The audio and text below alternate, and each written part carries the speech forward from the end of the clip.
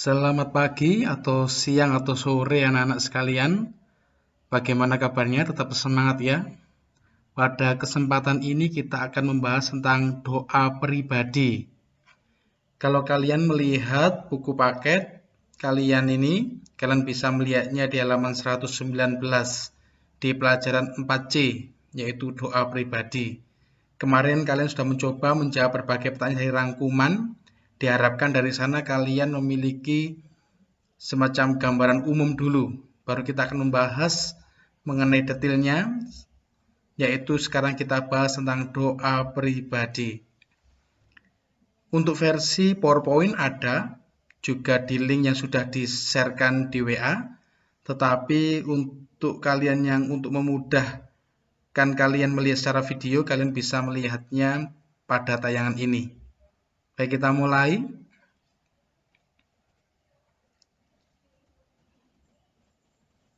Pertama kita membahas mengenai apa itu doa. Berdoa ialah berbicara atau berkomunikasi dengan Tuhan. Berdoa adalah ungkapan iman seseorang. Melalui berdoa kita bercakap-cakap dengan Tuhan. Kita menyampaikan perasaan kita, baik perasaan baik, kegembiraan, juga kesedihan, harapan, kebimbangan kita kepada Tuhan. Tetapi pada kesempatan berdoa kita pun berusaha untuk mendengarkan apa yang menjadi kehendak Tuhan bagi kita. Doa adalah mengangkat hati serta pikiran kita kepada Tuhan. Santo Agustinus mengatakan dengan baik bahwa doa adalah kunci surga. Venlaus dari Granada juga mengatakan bahwa doa adalah gerbang mulia. Melaluinya kita masuk ke dalam hati Tuhan. Dan Santo Yohanes Vianney, ini adalah gambar Santo Yohanes Vianney, mengatakan bahwa doa adalah persatuan dengan Tuhan.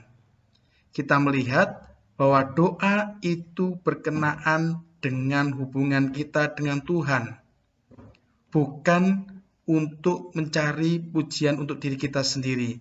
Kita akan melihat dengan jelas setelah kita melihat video nasihat Yesus tentang berdoa. Kita kembali mendengarkan nasihat Yesus. Di buku paket kalian juga ada, yaitu berdasarkan Matius bab 6 ayat 1 sampai 13. Tetapi kita akan melihat tayangan ini untuk memahami nasihat Tuhan Yesus dengan lebih jelas.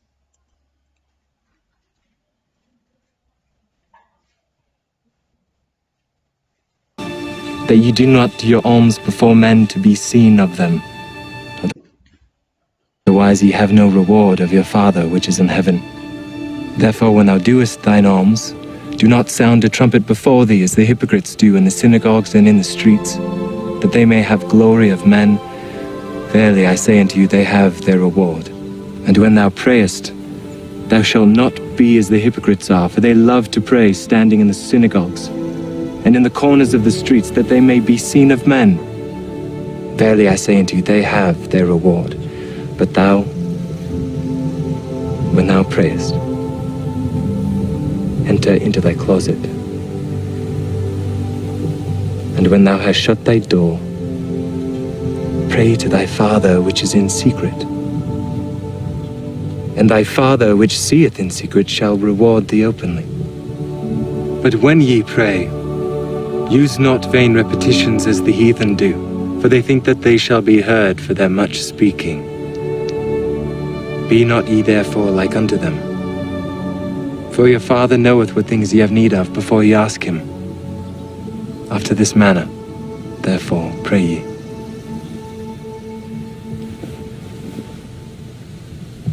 Our Father, which art in heaven, hallowed be thy name. Thy kingdom come. Thy will be done in earth as it is in heaven.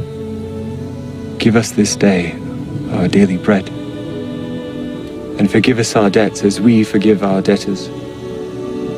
And lead us not into temptation, but deliver us from evil. For thine is the kingdom, and the power, and the glory forever. Amen.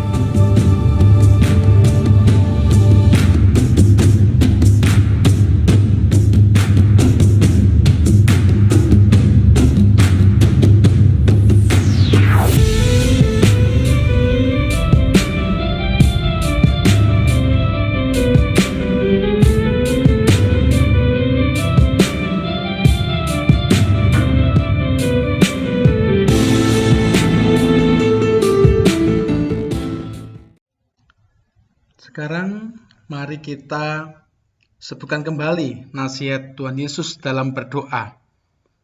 Janganlah berdoa seperti orang munafik, mengucapkan doanya dengan berdiri dalam rumah-rumah ibadat dan pada tikungan-tikungan jalan raya supaya mereka dilihat orang.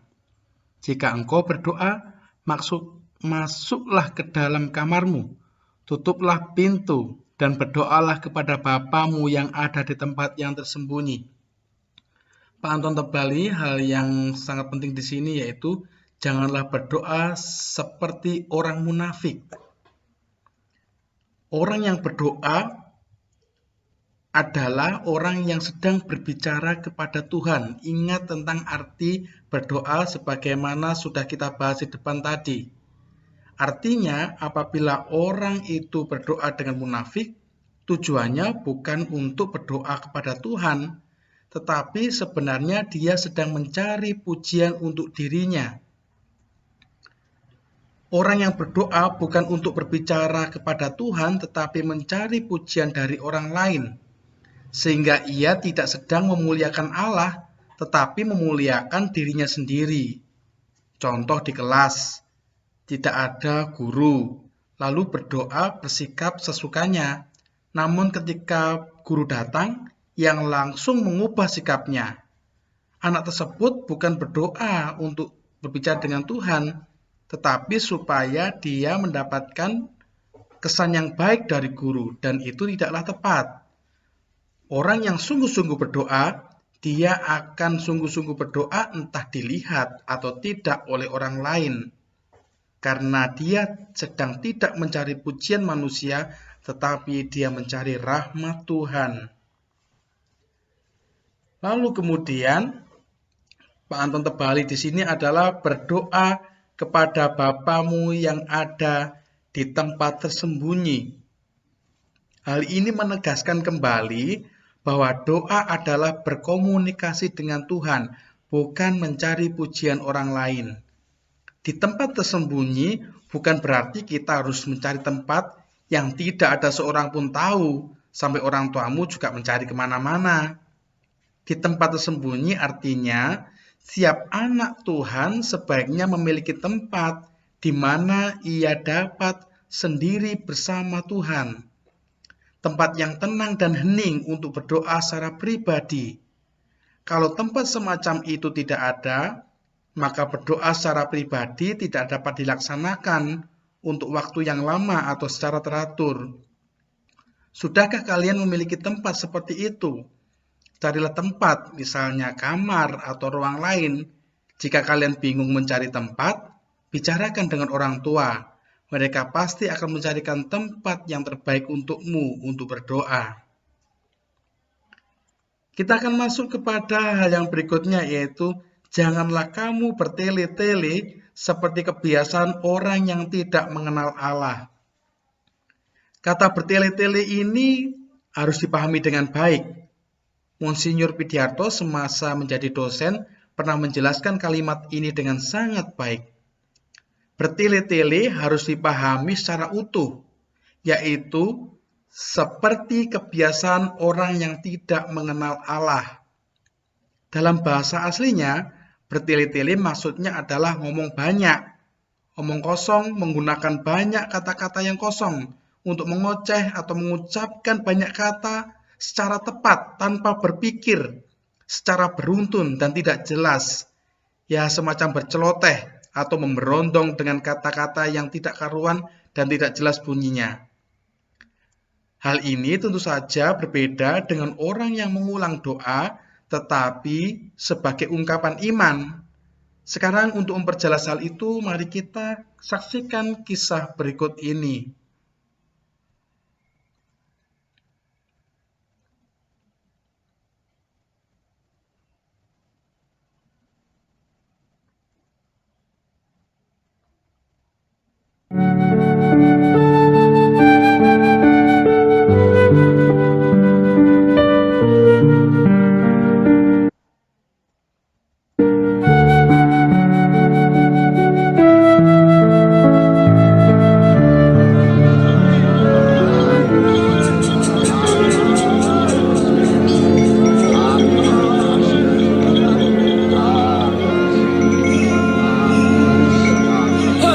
Apa yang sedang terjadi?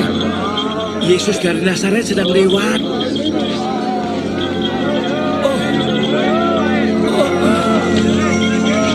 Yesus! Ya, Yesus! Anak Daud, kasihanilah kami!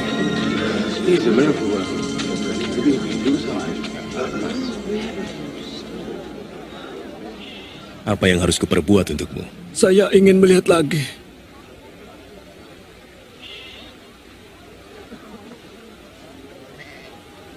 Melihatlah.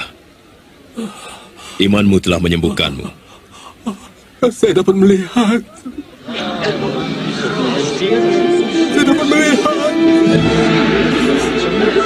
Saya sembuh.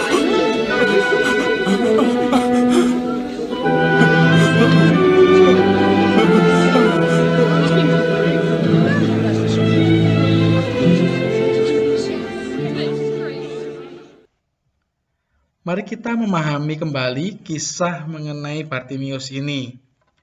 Memang di dalam video tersebut tidak lengkap sebenarnya, tetapi sebagai gambaran saja untuk kalian bagaimana Bartimius itu.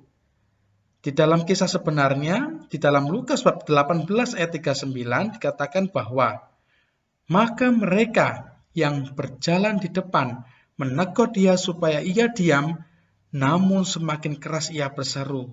Artinya, Bartimius tidak hanya mengucapkan sekali, tetapi ia mengulang perkataannya. Tetapi ia mengulang bukan untuk berceloteh, atau mengucapkan kata-kata yang tidak jelas, atau memberondong dengan kata-kata yang tidak jelas. Ia mengulang sebagai ungkapan iman.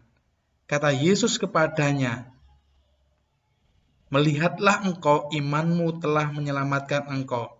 Artinya, pengulangan yang dilakukan oleh Bartimius ditangkap sebagai pengungkapan iman. Maka kita melihat pengulangan doa tidak sama dengan berceloteh. Artinya, ketika kalian berdoa dengan berdoa yang cukup panjang, tetapi itu sebagai ungkapan imanmu kepada Tuhan, itu tidak jadi masalah. Yang jadi masalah adalah ketika kamu berbicara dengan tidak jelas, istilahnya hanya memberondong dengan kata-kata yang kamu sendiri sebenarnya tidak paham kata-kata itu. Itulah maka Tuhan Yesus mengatakan seperti orang yang tidak mengenal Tuhan. Oleh karena itu juga kalian tidak perlu khawatir untuk kalian yang sudah terbiasa dengan berdoa rosario. Pak, bukankah itu mengulang? Tetapi itu bukan mengulang untuk berceloteh atau mengungkapkan kata-kata yang tidak jelas. Itu adalah sebagai pengungkapan iman kita kepada Tuhan. Yohanes Paulus II pernah berkata, mengenang kembali segala kesulitan yang juga menjadi bagian dari pelaksanaan tugas perutusan saya merasa perlu untuk menyampaikan sekali lagi sebagai suatu undangan yang hangat kepada siapa saja untuk mengalami secara pribadi bahwa rosario sungguh meningkatkan irama hidup manusia dan menjadikannya selaras dengan irama hidup Tuhan sendiri. Orang-orang yang sudah berpengalaman dalam rohaninya menjadikan rosario sebagai doa yang sungguh luar biasa. Oleh karena itu, kalian yang sudah terbiasa dengan doa rosario tidak perlu ragu-ragu apakah ini doa yang boleh atau tidak. Justru ini adalah doa yang sangat baik.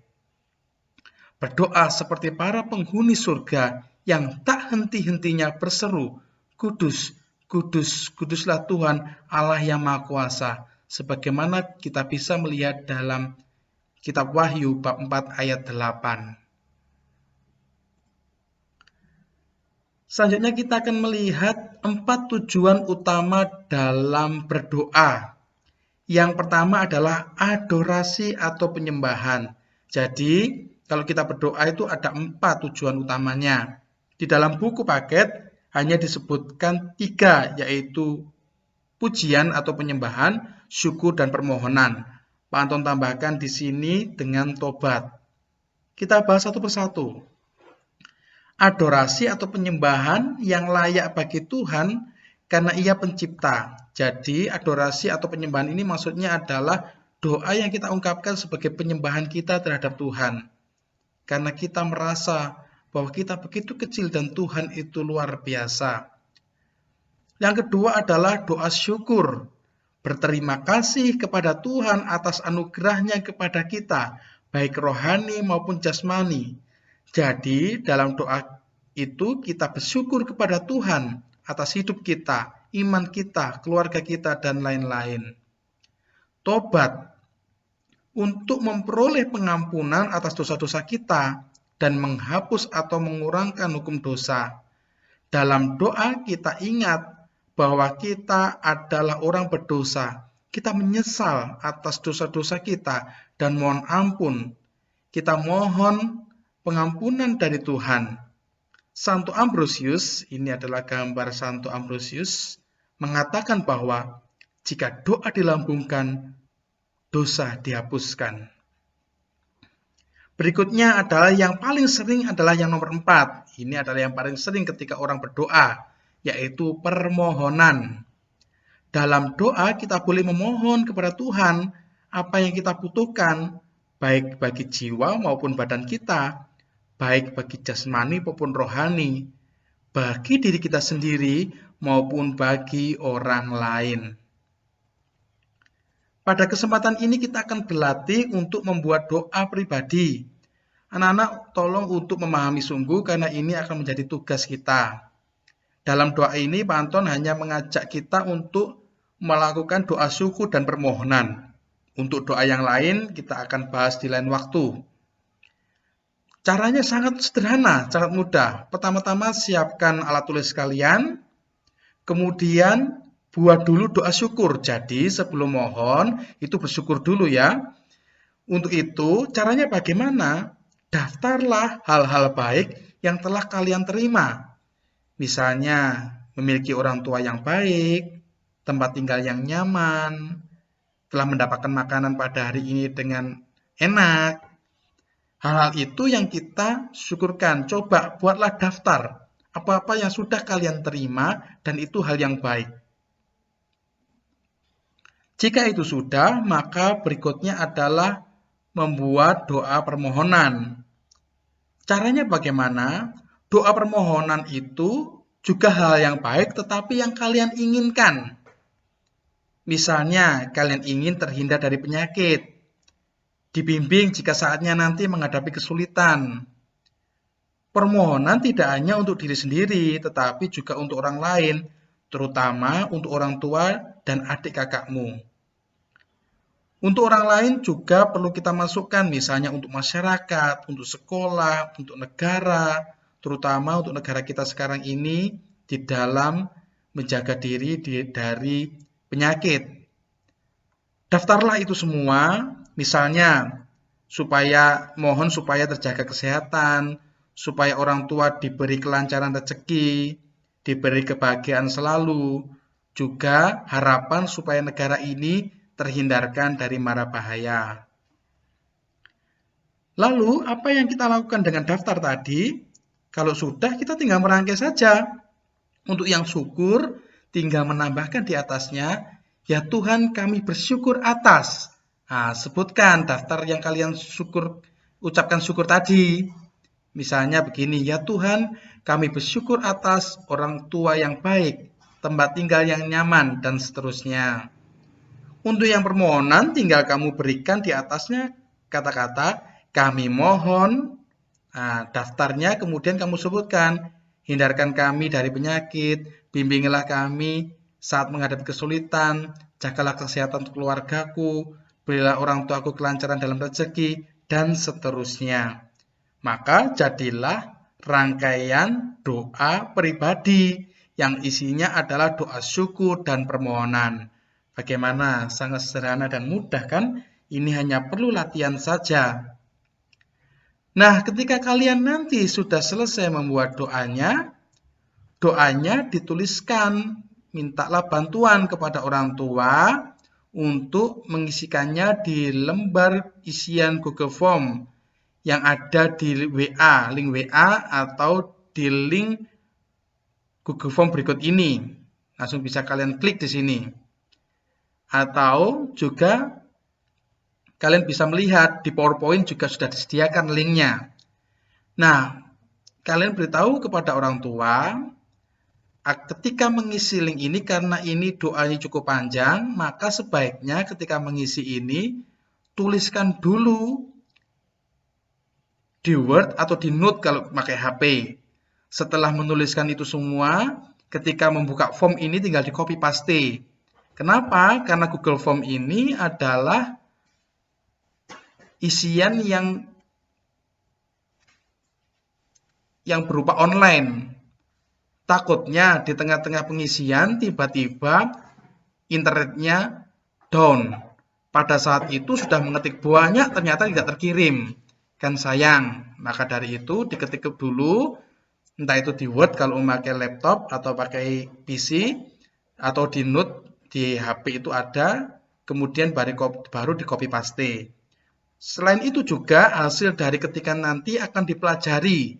Kalian pelajarilah itu untuk tugas hari Selasa.